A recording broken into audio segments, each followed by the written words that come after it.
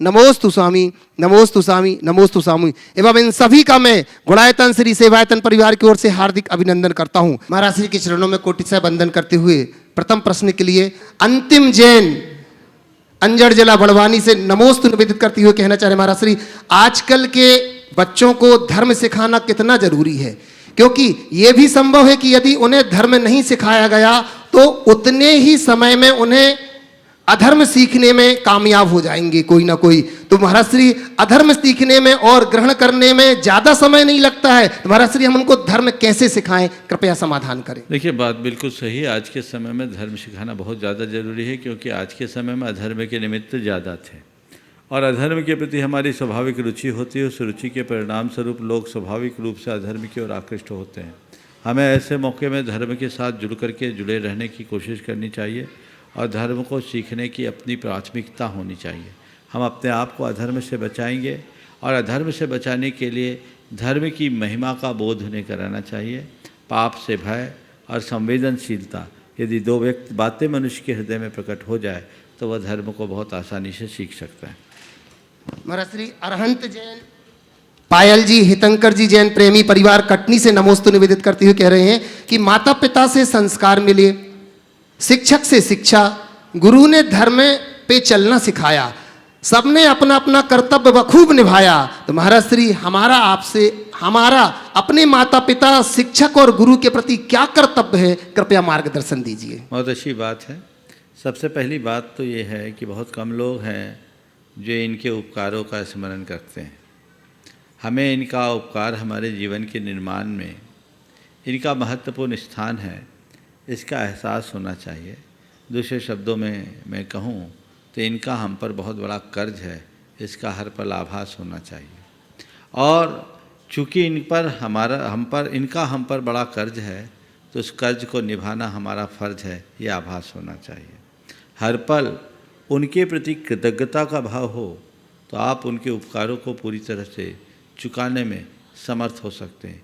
यद्यपि इनके उपकारों को चुकाया नहीं जा सकता, फिर भी अपने आचार, विचार और व्यवहार के बल पर उनके गौरव और प्रतिष्ठा को यदि हम ऊपर उठाते हैं तो ये उनके ऋण को चुकाने का एक बहुत बड़ा माध्यम है। एक जगह लिखा है कि इस धरती के समस्त रजकण और समुद्र के सारे जलकण को भी एकत्रित कर लिया जाए तो माता पिता के ऋण से ऋण नहीं हुआ जा सकता। लेकिन माँ बाप के ऋण से ऋण होना चाहें तो 4 काम कर सकते हैं। 4 काम करके हम माता पिता के ऋण से अपने आप को कुछ अंशों में ऋण कर सकते हैं। सबसे पहली बात, अपनी सेवा से उन्हें प्रसन्न रहकर, अपनी सेवा से उन्हें प्रसन्न रखकर जितना भी बने हम उनकी सेवा करें। दूसरी बात, अपनी सारी उपलब्धियों का श्रेय उन्हें देकर, अपने जीवन में कितनी भी बड़ी उपलब्धि हो हमेशा ये कहें, माता पिता, माता जी आपकी कृपा से, पिताजी आपकी कृपा से ये मिला, आपकी निमित्त से मुझे ये जीवन मिला, तो मुझे जो भी उपलब्धियां हासिल हुई है वह सब कुछ आपकी ही कृपा से, ये आपकी कृपा है, आपकी कृपा का परिणाम है। ये बात हमेशा ध्यान में रखना चाहिए। दूसरा, अपने कर्तव्य निष्ठा से, अपने पुरुषार्थ से माता पिता के कुल गौरव को ऊंचा उठाकर, उनके नाम को रोशन करके, हर संतान का ये कर्तव्य है कि अपने जीवन में ऐसा कुछ करे कि उसे देखकर लोग ये पूछने को बाध्य हो उठे कि किस पुण्य के प्रताप से ऐसी सुयोग्य संतान को प्राप्त किया। ये गौरव बढ़ाओ। अगर संतान की प्रतिष्ठा बढ़ती है, उसकी प्रशंसा होती है, तो माँ बाप को जो खुशी होती है वो कोई शब्दों में नहीं कहा जा सकता। शिष्य की प्रतिष्ठा बढ़ती है, शिष्य कोई प्रभाव ना करता है, तो जो गुरु को हर्ष होता है वो किसी से छिपा नहीं है। तो ये सब चीज़ें हैं, तो अपने आचरण और व्यवहार से उनके यश गौरव को बढ़ाकर, और चौथी बात, उनके आध्यात्मिक उन्नति में सहयोगी बनकर। हर संतान का एक कर्तव्य है कि वे अपने माँ बाप की आध्यात्मिक उन्नति में सहायक बने, उन्हें आध्यात्मिक क्षेत्र में आगे बढ़ाने के लिए प्रयत्नशील रहे। उनकी आध्यात्मिक उन्नति करेंगे तो हमारे जीवन का पथ प्रशस्त होगा। बंधुओं, सेल्फ कंट्रोल देन डिसिप्लिन की युक्ति यहाँ पर चरितार्थ हो रही है। तब ना पूज्य श्री कोई भी काम करते हैं तो हमेशा कहते हैं कि सब कुछ आचार्य श्री के आशीर्वाद से हो रहा है। अब बजाओ ताली इसके लिए।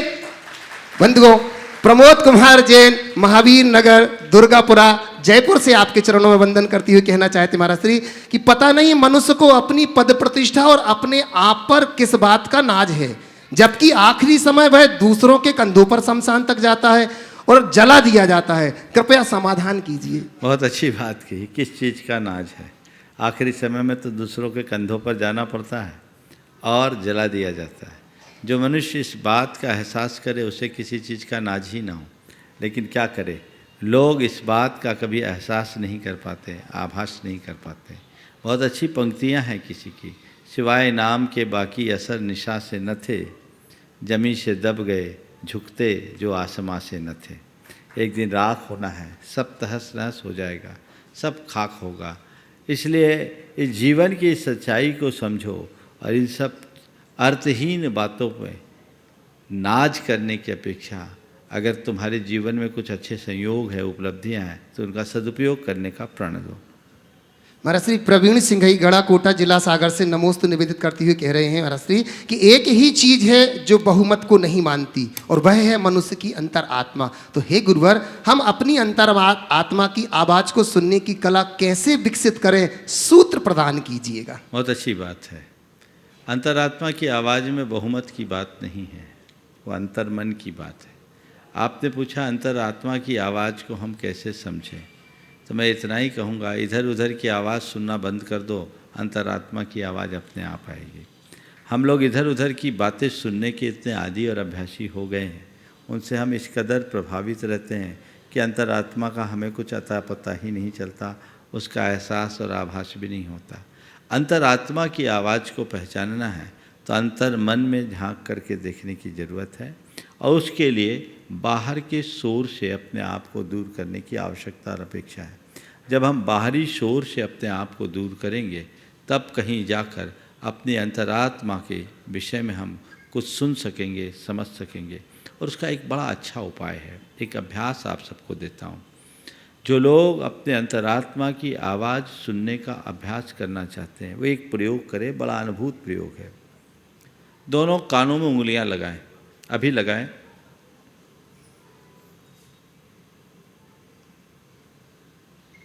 कुछ सनसनाहट सी आवाज़ आएगी, आप सब महसूस करेंगे।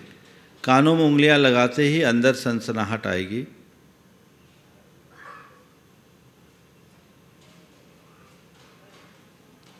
कान बंद करके अंदर से आने वाली उस सनसनाहट को सुनने का अभ्यास करें। आती जाती सांस को देखें और सोहम सोहम सोहम, श्वास लेते समय सो, छोड़ते समय हम, लेते समय सो और छोड़ते समय हम का स्मरण करें। सोहम सोहम सोहम के साथ मानसिक जाप के साथ अंदर की आवाज़ को सुने।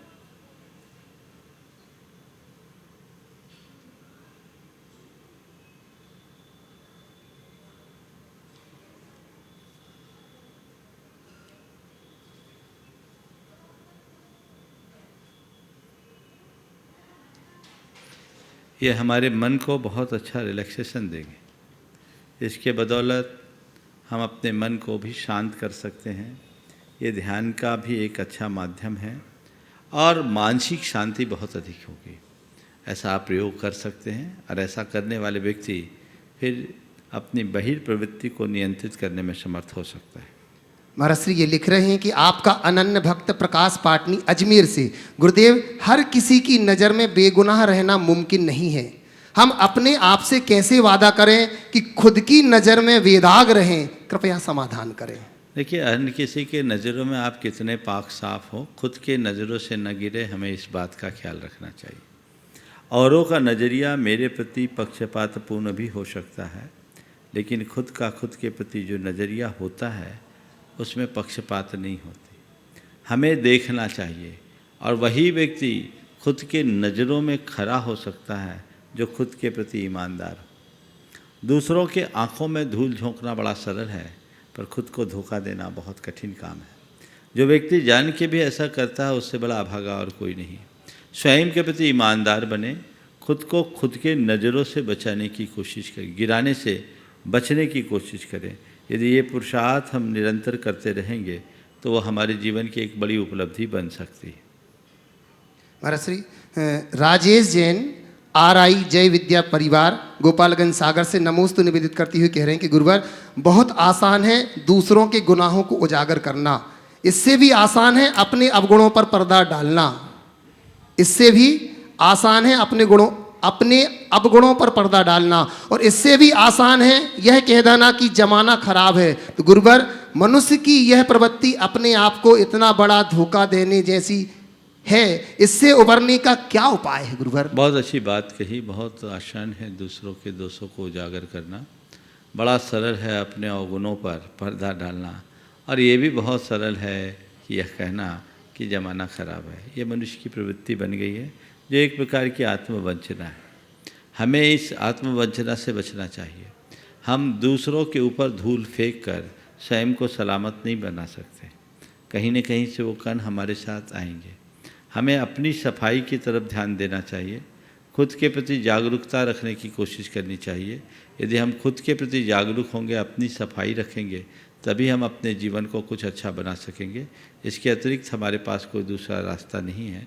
हम स्वयं के प्रति जागरूक हों, स्वयं के प्रति सावधान हों, और हमेशा एक बात का ध्यान रखें, गुण ग्रहण का भाव रहे नित। मेरा नित प्रति गुणों को ग्रहण करने का भाव हो, मैं दूसरों के गुणों को ग्रहण करने वाला हूँ। गुण ग्राहक बनूं, गुण गायक बनूं, दोष ग्राहक और दोष वाहक बनने से बचूं। जो व्यक्ति अपने प्रति इतनी सावधानी रखते हैं, उन सब के जीवन में ऐसा कुछ नहीं हो पाता।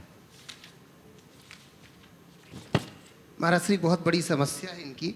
प्रमोद कुमार जी महावीर नगर दुर्गापुरा जयपुर से कह रहे हैं कि महाराज श्री नमोस्तु निवेदित करती हुए कि एक ही तेल की कढ़ाई में आलू का समोसा, प्याज की कचौड़ी और दाल की कचौड़ी बनती है। प्रश्न है कि जिसकी आलू प्याज की सौगंध हो तो वह दाल की कचौड़ी खा सकता है क्या? कृपया मार्गदर्शन दीजिए। एक किस्सा याद आ गया। एक व्यक्ति एक पंगत में पहुंचा। अब वो जिसके यहाँ पहुंचा वहाँ केवल आलू की सब्जी बनी थी, दूसरी सब्जी नहीं। अब वो बड़ा पसोपेश में पड़ गया है कि अब क्या खिलाऊं, सब्जी तो एक ही है। तो उसने कहा कोई बात नहीं भाई साहब, मेरा आलू का त्याग है, आलू तो मैं नहीं लूँगा, आप ऐसा करना झोल झोल दे देना। उसने सोचा बहुत अच्छा सॉल्यूशन निकल गया, झोल दे देंगे। तो झोल देने की बात जब आई तो झोल दे रहा था, आलू को रोक रहा था कि आलू उनकी थाली में न गिर जाए। तो जब आलू को रोकने लगा तो उसने कहा भैया हद हो गई, जो अपने आप आता उसे क्यों रोकते हो? समझ गए ना? इस तरह का दोहरापन क्यों? जब तुमने आलू का त्याग किया है तो कायदे से इन सब चीज़ों का भी त्याग होना ही चाहिए। संसर्ग तो है ही। मैं तो आप सबसे कहूँगा आज के समय के हिसाब से आलू के त्याग से भी ज़्यादा जरूरी बाहर के भोजन का त्याग होना चाहिए। वहाँ इतनी अशुद्धि और अपवित्रता है, स्वास्थ्य के लिए भी हानिकारक है। यदि आप इतना विचार और विवेक रखेंगे तभी आप अपने आप को सलामत रख पाएंगे, और इसके प्रति पूरी जागरूकता होनी चाहिए। महाराज श्री अर्पित जी जैन अशोकनगर से नमोस्तु निवेदित करते हुए कह रहे हैं कि जब कोई मंदिर या अस्पताल बनवाता है तो उसके निमित्त से जो भी पुण्य कार्य होता है उसका 6वां अंश उसे लगता है। तो क्या महाराज श्री वह व्यक्ति जब मर जाता है तो वह पुण्य कर्म मरने के बाद भी उसको लगता है क्या? अरे आत्मा थोड़ी मरी है, व्यक्ति मरा है। तो एक बार अकाउंट खुल गया उसको तो बंद करते ही नहीं। जब तक वो संसार में है, ऐसा शास्त्र कहते हैं, तब तक उस जीव के साथ वो पुण्य किसी न किसी रूप में जुड़ा रहेगा। पर मैं आप सबसे एक सलाह देता हूँ, पुण्य के लोभ में ये कार्य मत करो, अपने जीवन को धन्य करने के भाव से ये कार्य करो। पुण्य तो मिलेगा ही, पर हमारा ध्येय पुण्य भी नहीं होना चाहिए। हमारा ध्येय अपने जीवन को धन्य करने का होना चाहिए, अपने जीवन को पवित्र होने का करने का होना चाहिए। हम क्यों कहीं अच्छा कार्य करते हैं, हम क्यों दान देते हैं, हमें इस बात पर ध्यान देना चाहिए। हम दान इसलिए देते हैं क्योंकि तुम्हारे पास धन है और धन का मुझे सद्व्यय करना, उपयोग करना, स्वपर के हित में लगाना, अनुग्रहार्थम स्वच्छाति सर्गोदानम, स्वपर के उपकार के लिए धन के परित्याग का नाम दान है। तो हम स्वपुर के उपकार के लिए दान देते हैं।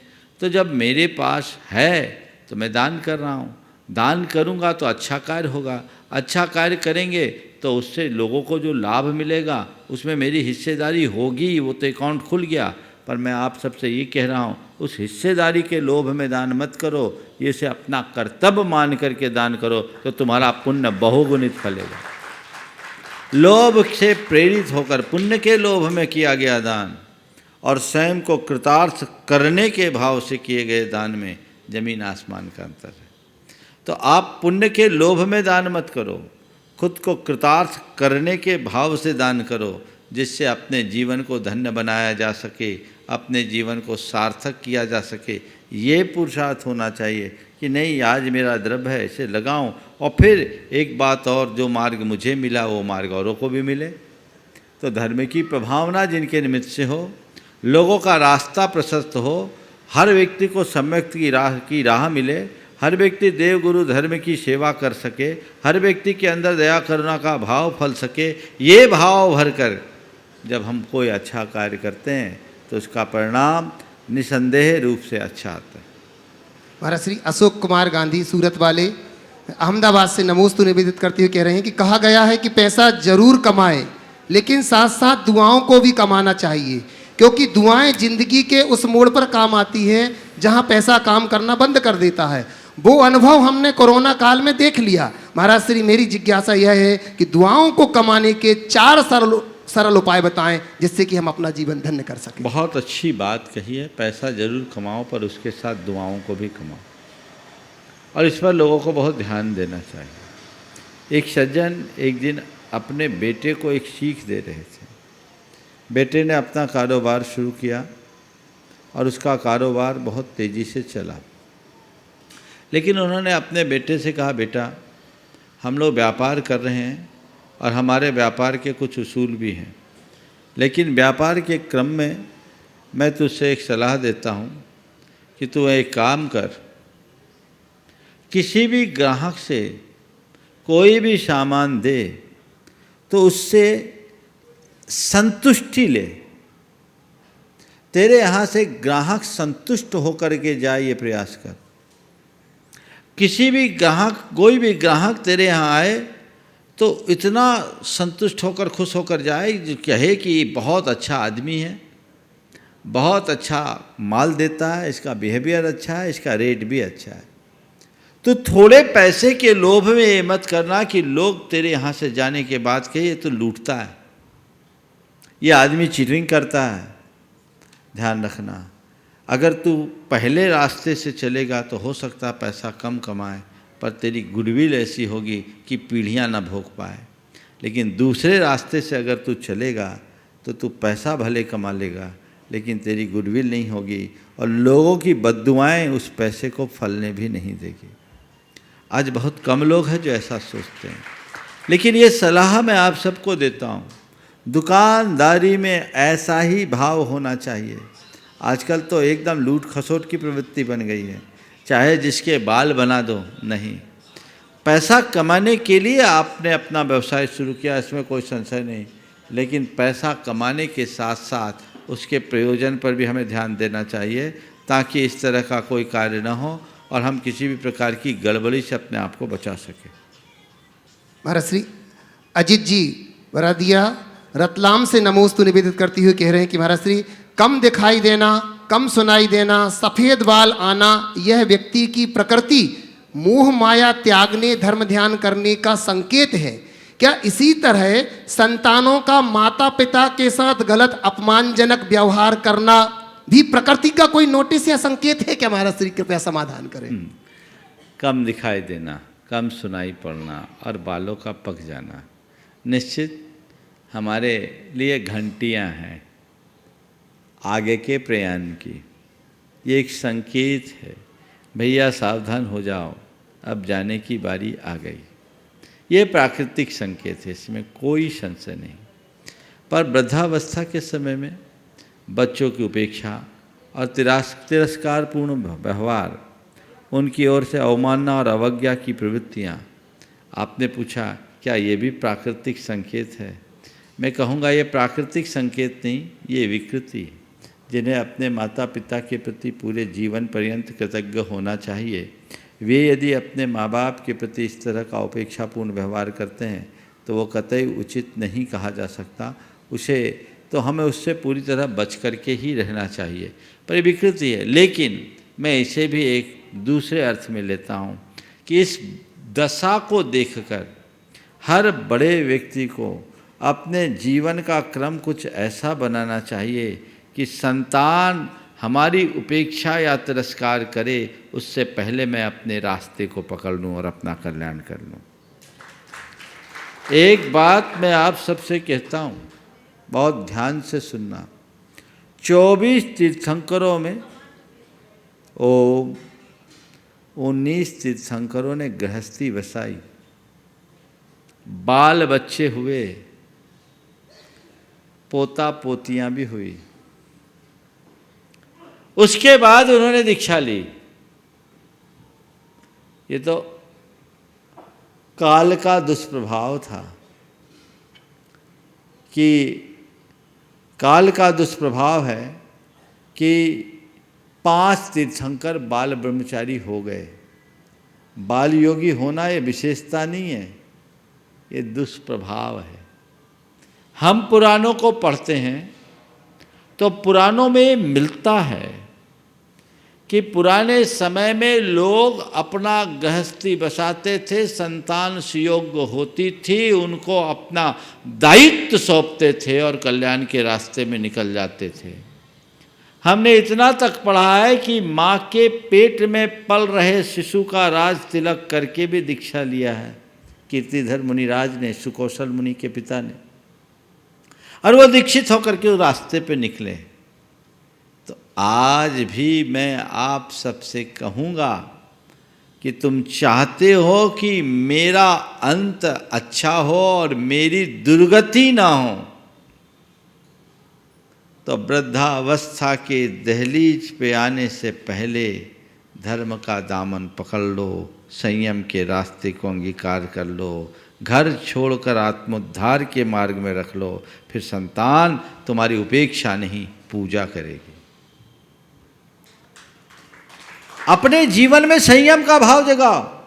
तुम वृद्धाश्रम में जाने के लिए मोहताज होते हो, मजबूर होना पड़ता है। वैराग्य के रास्ते को अंगीकार कर लो तो सारी समाज तुम्हें सिर पर बिठाएगी। मोह माया में क्यों पड़ना? मेरी जिम्मेदारी है, मैंने जिम्मेदारी पूरी की, हमारी संतान सुयोग हो गई, 50, 55, 60 साल की उम्र हुए, रिटायर्ड हो, निकल जाओ। महाव्रती बनो, महाव्रती न बन पाओ तो अनुव्रती बनो और गुरुओं के सानिध्य में रहो। तुम्हें कहीं कोई कठिनाई नहीं होगी। मैं ऐसे अनेक लोगों को जानता हूँ जो शेर की तरह जिए हैं और कुत्तों की भांति मरने को मजबूर हुए। मैं चाहता हूँ कि शेर की भांति जियो तो शेर की भांति ही मरो, और उसका रास्ता यही है जो हमारे तीर्थंकर भगवतों ने कहा, रत्नत्रय को अंगीकार करो। क्यों किसी की उपेक्षा और तिरस्कार का पात्र बनना पड़े? मार्ग यही है। हमने मनुष्य जीवन पाया, ये सुकुल पाया, इसे सफल बनाओ, इसे व्यर्थ मत खोने दो। अपने अंतरंग में संयम का भाव जगाओ। पर देखता ये हूँ कि युवाओं में जिस तरह का संयम का भाव होता है, बुजुर्गों में कम देखने को मिलता है। उम्र बढ़ते बढ़ते उनकी आसक्ति भी बढ़ने लगती है और उनके स्वभाव में भी विकृतियां आने लगती है। इन दुर्बलताओं के कारण भी कई बार वे अपने ही घर में उपेक्षित महसूस करते हैं और अप्रासंगिक हो जाते हैं। लिए हमें तत्पर होना चाहिए। महाराज श्री अशोक जैन महाराष्ट्र मुंबई से नमोस्तु निवेदित करते कह रहे हैं कि हे निर्ग्रंथ वीतराग मुनिराज, मेरी शंका यह है कि एक तरफ तो आलोचना पाठ में लिखा है कि इंद्रादिक पदवी नहीं चाहूं, विषयन में ना ही लुभाऊं, और दूसरी तरफ धार्मिक क्रियाओं में इंद्र के पद खुलेआम लीलाम हो रहे हैं और इसकी खरीदी को संत पुण्य का काम बता रहे हैं। यह विरोधाभास क्यों है महाराज श्री? कृपया समाधान करें। बात बिल्कुल देखिए थोड़ा सा समझने की है, इसमें विरोधाभास जैसा कुछ भी नहीं है। दोनों बातें अपनी अपनी जगह सही है, बस समझने की कमी है। भगवान की प्रतिष्ठा इंद्र के माध्यम से होती है। एक गृहस्थ है, ये बात सही है कि उसके हृदय में, सच्चे धर्मात्मा के हृदय में विषयों की कोई लालसा नहीं होती और इंद्र का पद भी उसके लिए वांछनीय नहीं होता। मोक्ष पद ही मूल ध्येय होता है। लेकिन जब तक हम मोक्ष पद को प्राप्त नहीं कर पाए तब तक मोक्ष पद के लिए अनुकूल साधनों का आलंबन जरूरी होता है, जिन पदों को प्राप्त करके हमें शीघ्र मुक्ति मिले। इंद्र में सौधर्म इंद्र कोई बनना चाहता है। क्यों बनना चाहता है? इसलिए नहीं कि हम सौधर्म इंद्र बन करके स्वर्ग का भोग भोगे, इसलिए कि अगर सौधर्म इंद्र बन गए तो अगले भाव में मेरी मुक्ति पक्की है। इसे सुनिश्चित करने के लिए क्योंकि सौधर्म इंद्र एक भवावतारी होता है और सभी वैमानिक इंद्रों में सबसे कम उम्र उसकी होती है और वह भगवान के पंचकल्याणकों का नायक होता है। तो पंचकल्याणक की प्रतिष्ठा करनी है और शास्त्र उसमें कहते हैं कोई इंद्र ही उसकी प्रतिष्ठा करेगा। ये योग्यता मनुष्यों के पास नहीं है। तो स्थापना निक्षेप के माध्यम से इंद्र की प्रतिष्ठा उसमें की जाती है। कोई इंद्र अगर उसमें बन रहा है तो ये सोच करके नहीं बन रहा है कि मैं सौधर्म इंद्र बनूंगा तो मुझे स्वर्ग का भोग मिलेगा।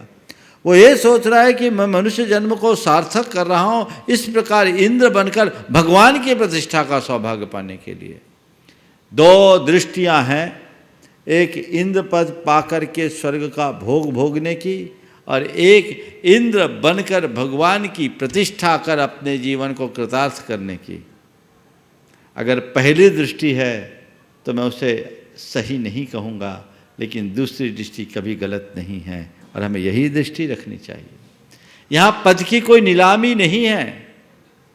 ये जो सोच है ये एक नकारात्मक सोच है। ये तो अच्छा कर्म है, किसी एक व्यक्ति को करने का सौभाग्य मिलता है और उस निमित्त से उसका द्वारा किया गया दान हमारे समाज के कार्यों में बहुत सहायक होता है और वो व्यक्ति दान कर रहा है और दान के निमित्त से आगे बढ़ रहा है। तो ऐसा कार्य करने में हमें कहीं कुछ भी नहीं सोचना चाहिए और वे लोग भाग्यशाली हैं जो ऐसे अवसरों को प्राप्त करते हैं और उनका जीवन बदल जाता है। इसलिए इंद्रादिक पद भी न चाहूँ, विषयों में ना ही लुभाऊँ, ये जो बात है वो जिस संदर्भ में कही गई है वो उसी ही देखना चाहिए। जब मैं आत्मा में डूबना चाहता हूँ तो सबसे अपने आप को बचाना चाहता हूँ। मुझे स्वर्ग का वैभव बिल्कुल नहीं चाहिए। आज मेरे पास जो वैभव मैं उसको त्याग रहा हूँ, लेकिन इस वैभव को त्यागने के मूल्य पर अगर भगवान की भक्ति करने का मुझे अवसर मिल रहा है तो मैं उसे सहर्ष करूँगा। आज भगवान का सर्वप्रथम स्पर्श करने का सौभाग्य मुझे मिलेगा, भगवान का नमन करने का सौभाग्य मुझे मिलेगा और भगवान के सारे पंच कल्याणकों की संपन्न क्रियाएं संपन्न करने का सौभाग्य मिलेगा। ये सौभाग्य मेरे गृहस्थ जीवन के लिए इससे श्रेष्ठ कोई सौभाग्य नहीं है, इसलिए वो काम करेगा। गृहस्थ के पास अब और है क्या करने को? तुम्हारे पास दान पूजा शील उपवास यही 4 धर्म हैं, इसके अलावा और कोई धर्म नहीं। इसलिए ऐसी बातों को नकारात्मक दृष्टि से कतई मत देखो, उसके भीतर की छिपी हुई सकारात्मकता को देखने का प्रयास करो कि ऐसा करके हम अपने जीवन को कितना कृतार्थ कर रहे हैं। और मैं आपको बताऊं, मैं ऐसे अनेक सौधर्म इंद्रों को जानता हूं जो युवा है और युवा होने के साथ जब से सौधर्म इंद्र बने तब से उनके जीवन में आमूल-चूल परिवर्तन हो गया।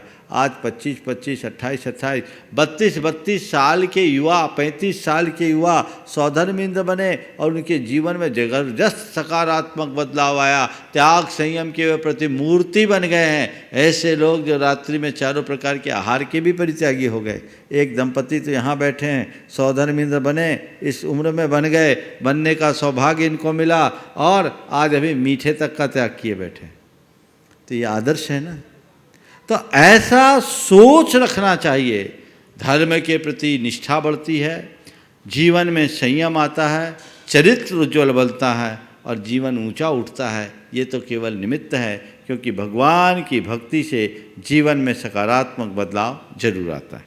अभी इन दिनों कोविड का प्रसार बहुत तेज़ी से बढ़ गया है, बहुत तेज़ी से झारखंड में भी है और मधुबन में भी आ गया है। इसलिए एहतियातन हमने ऐसी व्यवस्था बनाई है कि अभी अगली सूचना तक ऑनलाइन ही सारी व्यवस्था होगी। और मैं देश भर के लोगों से भी ये कहूँगा कि वर्तमान की स्थिति को देखते हुए जब तक आपको यहाँ से सही संकेत न पहुँचे तब तक सम्मेद शिखर की यात्रा को स्थगित रखने में ही आपकी भलाई है। यहाँ कब कौन किसके चपेट में आ जाए कहा नहीं जा सकता। यहाँ कोविड का प्रभाव बहुत तेज़ी से बढ़ा हुआ है। इसलिए सभी लोगों को मैं इस मंच के माध्यम से संदेश देना चाहता हूँ कि अभी आज से ही सुन ले। जिनके भी अपने कार्यक्रम पूर्व से निर्धारित है वे इस पर विचार करें, क्योंकि यहाँ आना अभी सुरक्षित नहीं है, निरापद नहीं है। इसके लिए आप सबको ध्यान रखना चाहिए। कार्यक्रम अभी नित्य चलेगा। फिलहाल एक सप्ताह तक प्रातःकाल का प्रवचन स्थगित रहेगा। शंका समाधान का नियमित लाभ आप सबको मिलेगा और जो कार्यक्रम यहाँ से ऑनलाइन चलते हैं वो आपको मिलते रहेंगे। लेकिन जितने भी देश के लोग हैं इस कार्यक्रम को देख और सुन रहे हैं, इसका आप ध्यान रखेंगे। यहाँ पूरी तरह से अभी आवागमन पर रोक है। गुणायतन परिसर में भी विशेषतया अभी किसी को प्रवेश नहीं है। जो आए पहले सोच समझ करके आए, क्योंकि यहाँ आपकी सुरक्षा और सबकी सुरक्षा बहुत ज़रूरी है। आज मुझे जैसी जानकारी मिली है झारखंड में बहुत ज़्यादा संख्या में, लीजिए मुझे सूचना दी, सरकार ने भी ये घोषणा कर दी। सरकार तो बाद में घोषित की, हमने तो सुबह से ही सारी चीज़ें बना दी, क्योंकि बहुत ब्लास्ट हुआ, रॉकेट की तरफ बढ़ रहा है। कौन कब आ जाए चपेट में ये कहा नहीं जा सकता। इसलिए घर पर रहें, सुरक्षित रहें, ऑनलाइन सारा कार्यक्रम करें, यही हम सब के लिए सुरक्षित होगा। जिन लोगों को निश्चित बहुत तकलीफ होगी, जिनके महीनों पूर्व से कार्यक्रम बने हुए हैं, लेकिन ऐसे कार्यक्रम से अपनी सुरक्षा को हमें गौण करना अच्छी बात नहीं है। इसलिए सब बातों का आप सब ध्यान रखेंगे और उसी हिदायत के अनुसार करें। और जो लोग अभी यहाँ आए हुए भी हैं वे डबल मास्क लगा के रहें, सिंगल मास्क भी नहीं। डबल मास्क लगाएंगे तभी आप अपने आप को कुछ अंशों में बचा पाएंगे। ये जिम्मेदारी आप सबकी है। आज जैसी जानकारी मुझे मिली है झारखंड में हजारों की संख्या में है, समझ गए। और मधुबन में भी हजार तो नहीं है, लेकिन 3 अंक में आ गए हैं। इशारा दे रहे लगभग 300 केस मधुबन में पाए गए हैं, ऐसी जानकारी है पूरे मधुबन में। उसमें मधुबन के बाहर के सब के मिक्स हैं, इसलिए ये बहुत बड़ा आंकड़ा होता है। इसी की जानकारी मैं आप सबको दे रहा हूँ। आप सबको बहुत सावधान रहना है, जागरूक रहना है। आने वाले समय तक जब तक आगामी सूचना न हो, गुणायतन का पट आम जनों के लिए बंद रहेगा। ये मैं यहाँ गुणायतन की कमेटी की तरफ से कह रहा हूँ, उसे बंद रखें। और पूरी संस्थाओं को भी इस पर ध्यान देना चाहिए, पर वह आप लोगों के आवागमन कम होने के बाद ही संभव होगा। इसलिए आप सबको इस पर गंभीरता से ध्यान देने की जरूरत है।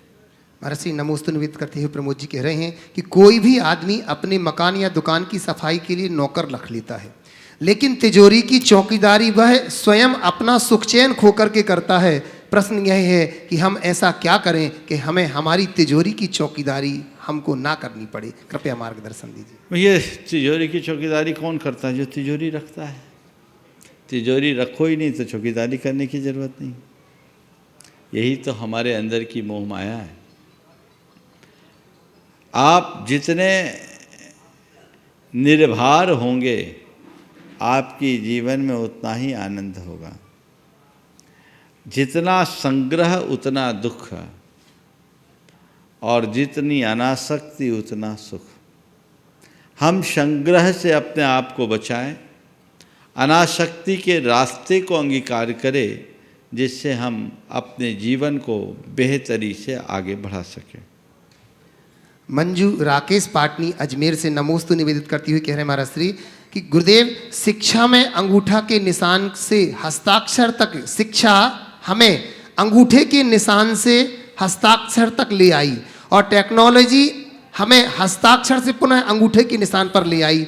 इसलिए कभी भी किसी भी फैसले, कभी भी सभी फैसले हमारे नहीं होते, कुछ फैसले वक्त के भी होते हैं। गुरुदेव, हम वक्त को कैसे जानें और वक्त का सही उपयोग कैसे करें? बस वक्त का तो एक चक्र है, ऊपर से नीचे और नीचे से ऊपर। हम अंगूठे से हस्ताक्षर तक गए, अब हस्ताक्षर से अंगूठे पे आ गए।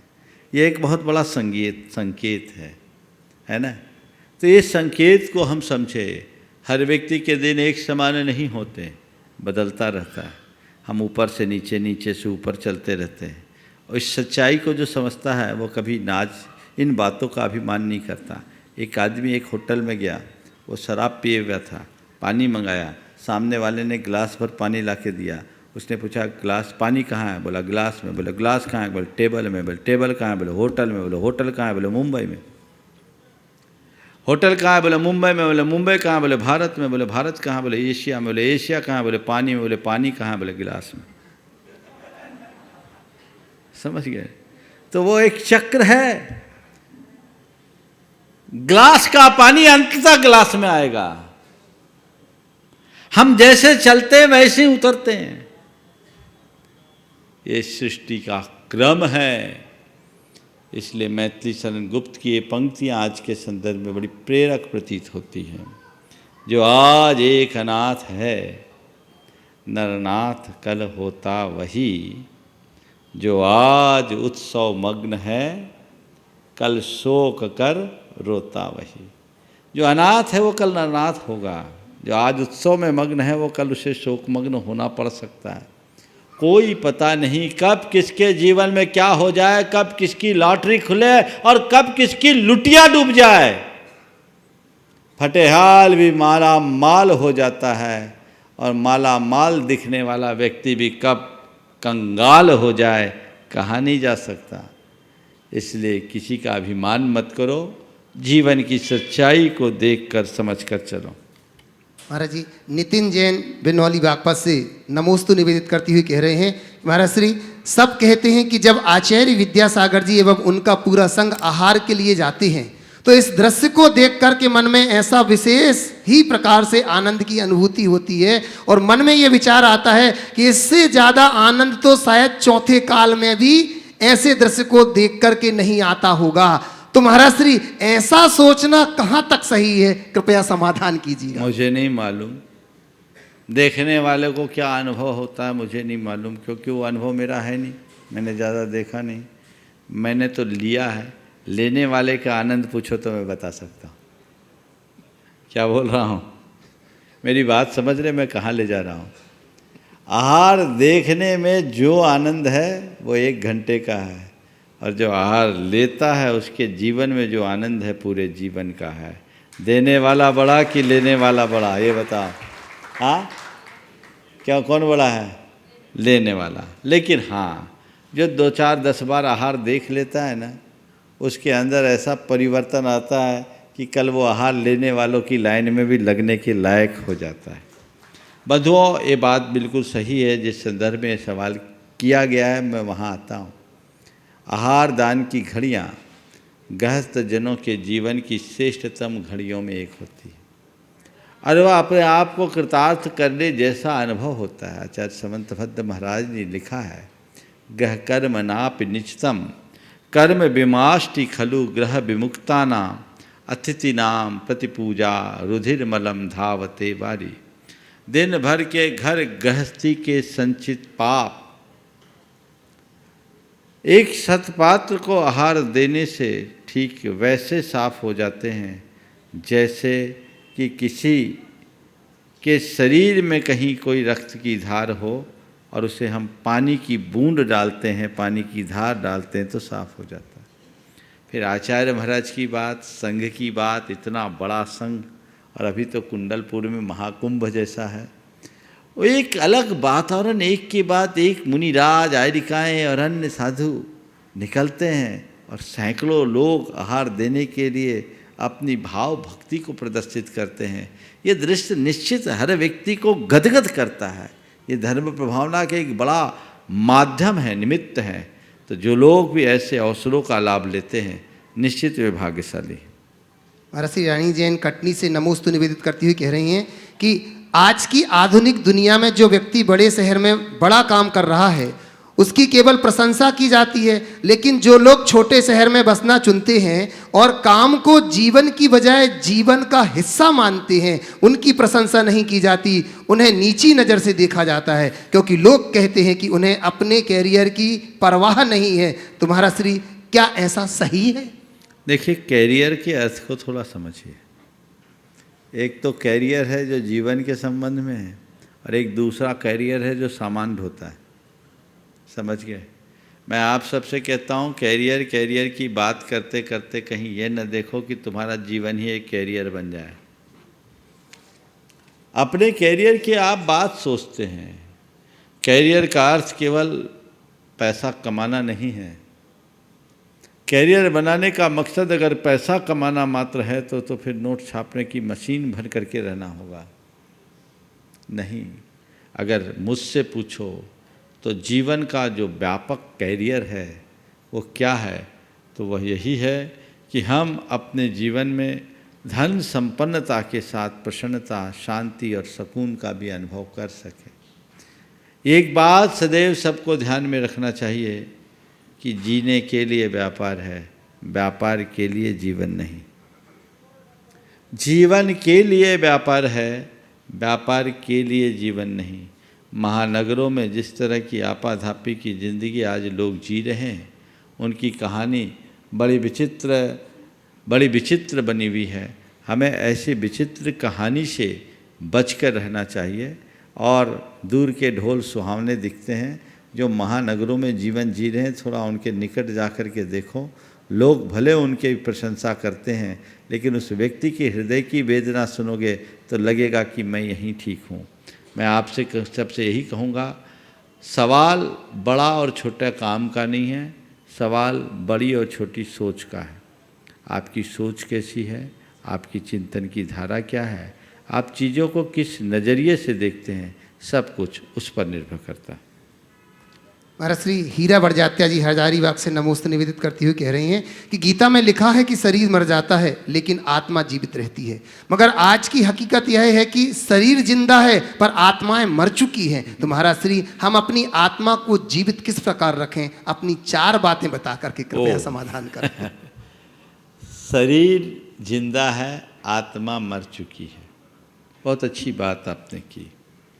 दरअसल ये जो शब्द कहा जाता है कि किसी की आत्मा मर चुकी, इसका तात्पर्य केवल यही है, जिस व्यक्ति की संवेदना शून्य हो जाती है उसे हम एक मृत आत्मा की भांति ही देखते हैं।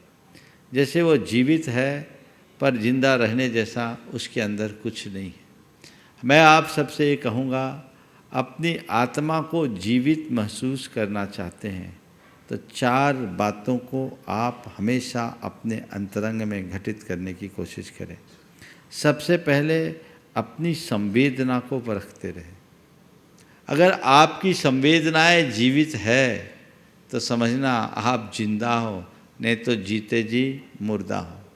तन अकेले हमारे साथ श्वास चलने का नाम जीवन नहीं है। श्वासों के साथ संवेदना जुड़ी है, तभी वो हमारी ज़िंदगी कहलाएगी। तो पहली बात, हमारे हृदय में संवेदना होना चाहिए। दूसरी बात, प्रेम। हमारे अंतरंग में यदि प्रेम है तो समझना हमारी आत्मा जीवित है, और प्रेम नहीं है तो हम जीते जी मृतक के समान हैं। हमारे जीवन में कोई खास उपलब्धि जैसी बात नहीं है। हमारे यहाँ कहा भी गया है, जा घर प्रेम न संचरे ता घर जान मसान, और जैसे खाल लुहार की सांस लेत बिन प्राण।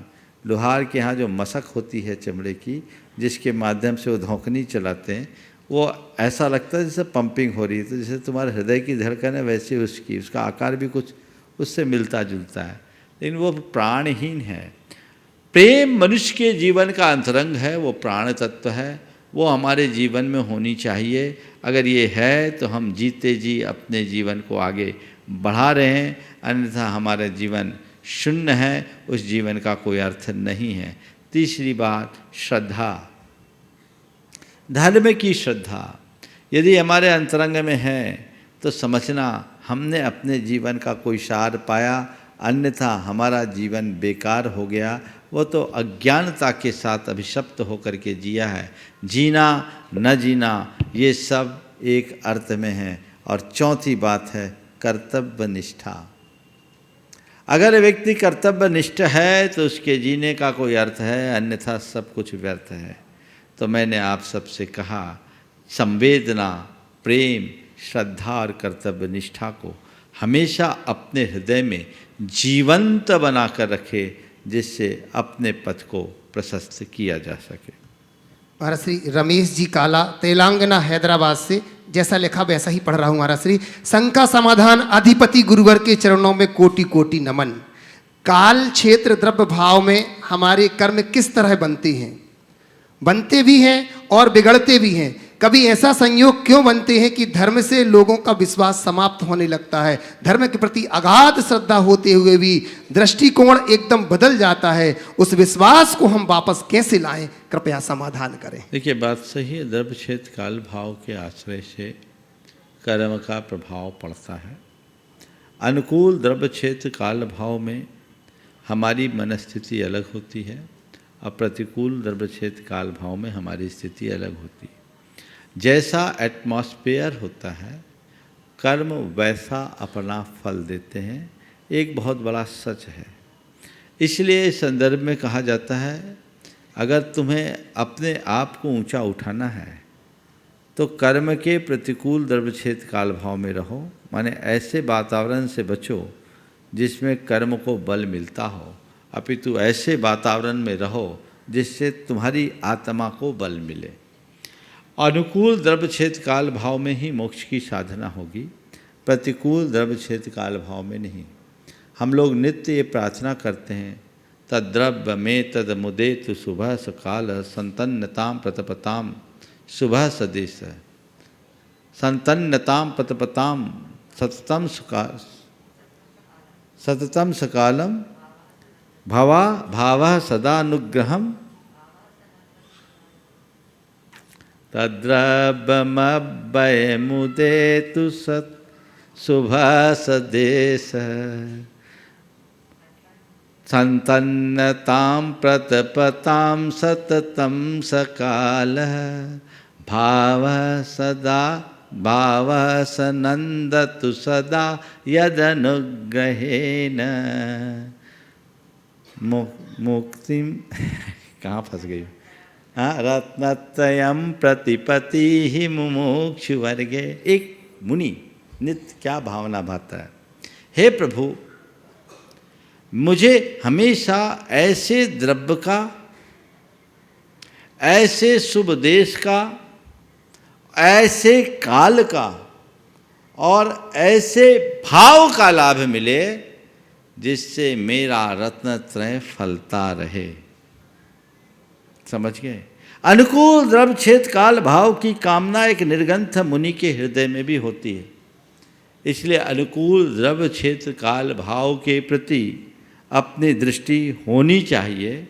आपने पूछा है, किसी की श्रद्धा अगर धर्म से डगमगा जाए तो हो सकता है उसको कोई निमित्त मिले और उसकी श्रद्धा डगमगा गई।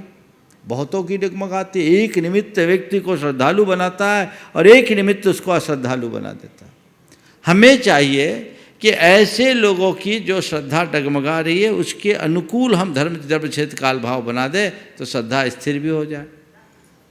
हम देखिए, आपको एक प्रसंग बताते हैं। हम अलग थे। थोबोन जी की बात है, हमारे संग में एक और अलग महाराज थे। तो क्या उन दिनों थोबोन जी में जगह नहीं थी, तो मंदिरों की दलाल में ही संग रुका था।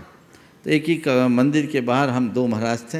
हमारे साथ वाले महाराज लिखा पढ़ी ज़्यादा करते थे, तो उनके पास जो पैड थे वो ऐसा लगता था ऊपर से देख के जैसे रसीद बंदी हो, और उसमें कार्बन भी था।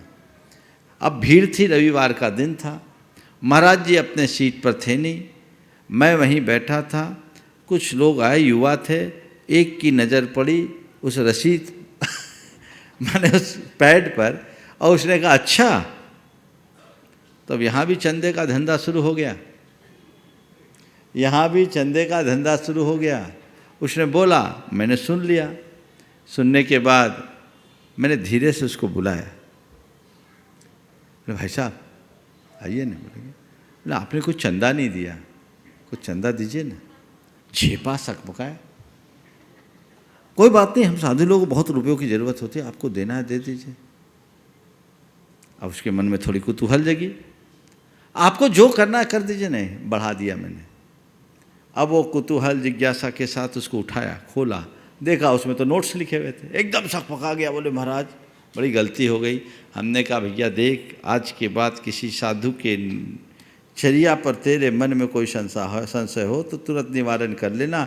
ये तो गनीमत रही कि मैंने देख लिया और तेरे इस भ्रम के निवारण के लिए रास्ता अपनाया, तेरे इस भ्रम के निवारण के लिए रास्ता अपनाया। नहीं तो तू जाके कहता आचार्य विद्यासागर महाराज के संग में एक हेलक जी चंदा इकट्ठा कर रहे थे, मैं खुद रसीद कटा के आया। तो क्या हुआ? ये जो सोच है बदलती है, अनुकूल द्रव्य क्षेत्र काल भाव हम देंगे तभी हमारा परिणाम निकलेगा। सुनिए।